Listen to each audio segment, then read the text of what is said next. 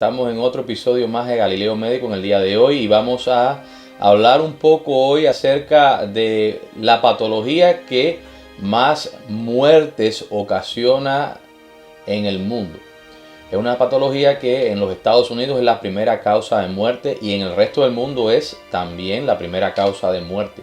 Por encima del cáncer, por encima de los accidentes de tránsito, inclusive por encima del coronavirus. Comienza a desarrollarse desde que nacemos. Y no nos percatamos obviamente porque a lo largo de nuestra vida se va produciendo cambios en las paredes de nuestros vasos. Y sí, amigos, estamos hablando de la enfermedad coronaria, de la cardiopatía isquémica, una enfermedad que tiene su origen en las coronarias del corazón. Las coronarias son estas arterias izquierda y derecha que tienen ramificaciones y que son los vasos fundamentales que irrigan el músculo cardíaco. El músculo cardíaco va a depender obviamente de la irrigación por parte de estas arterias en el momento en que el músculo cardíaco descansa. Cuando se relaja en el proceso de diástole, entonces estas arterias se llenan de sangre y permiten irrigar el músculo cardíaco.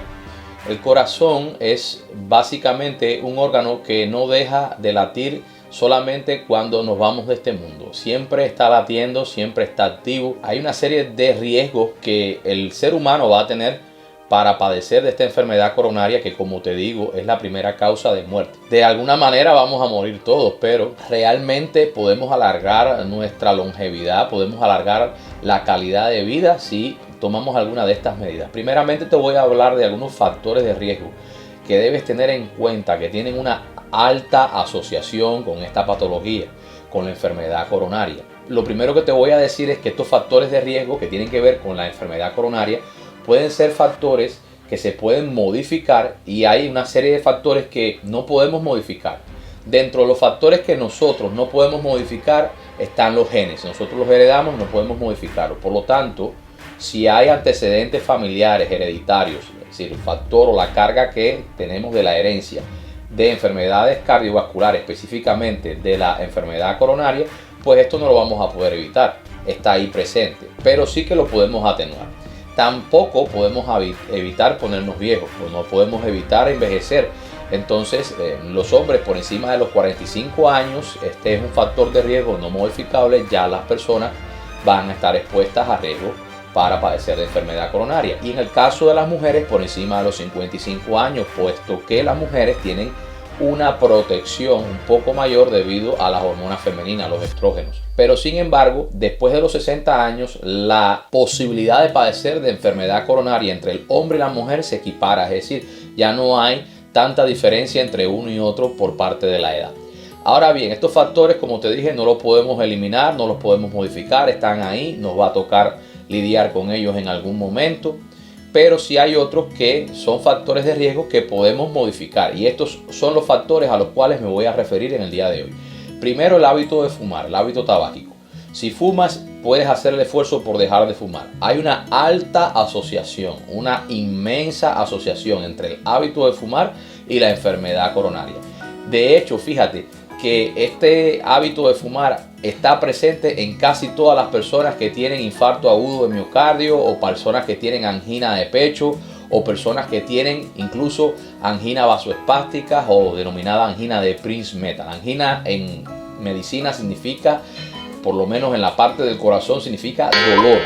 Angina es dolor de origen miocárdico, dolor que se produce porque el músculo cardíaco no está recibiendo el flujo sanguíneo que le corresponde. Cuando el músculo cardíaco no recibe el flujo sanguíneo que le corresponde, pues esto se le denomina isquemia. Isquemia, falta de flujo sanguíneo en el miocardio. El músculo no se muere por la isquemia de inmediato. El músculo va a empezar a sentir los efectos de la isquemia. Estas células incluso pueden entrar en un estado de hibernación producto de la isquemia, pero si el flujo de sangre es irremediablemente cortado en su totalidad porque hay una obstrucción debido a una placa de ateroma que se haya roto por un trombo, entonces en este caso sí que va a haber una muerte del músculo cardíaco y eso sí es irreversible, eso sí no lo podemos cambiar. Pero bueno, como te dije, el factor de riesgo más importante, uno de los más importantes, es el hábito tabáquico. Luego vienen otros factores de riesgo como por ejemplo la hipertensión arterial. De hecho, la hipertensión arterial es un factor de riesgo para todas las enfermedades cardiovasculares. Cuando el corazón está recibiendo un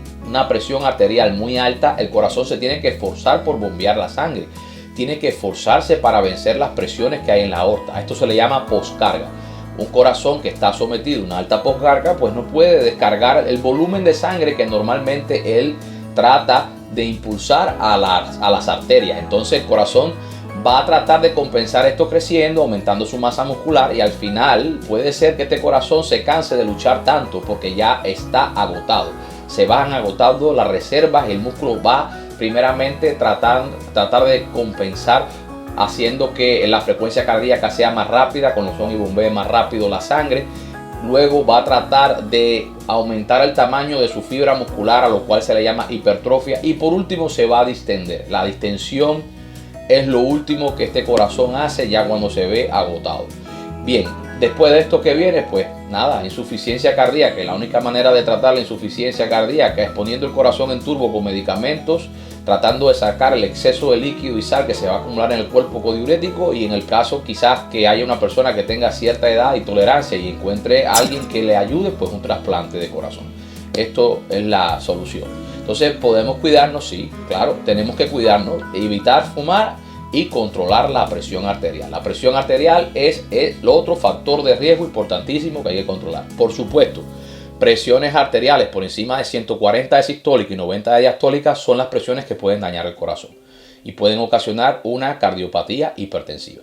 Ahora bien, hay otro factor de riesgo: el hábito tabáquico, dije la hipertensión, la obesidad, el sedentarismo o la ausencia de práctica de ejercicio físico, y además de esto vamos a mencionar el aumento de los lípidos en la sangre, las dislipemias. Me estoy refiriendo a los lípidos malos, porque hay lípidos que te ayudan a combatir la aterosclerosis. ¿Cuáles son esos lípidos buenos? Las lipoproteínas de alta densidad. Hay lipoproteínas que son lipoproteínas de baja densidad y de muy baja densidad, y estas lipoproteínas no son las mejores.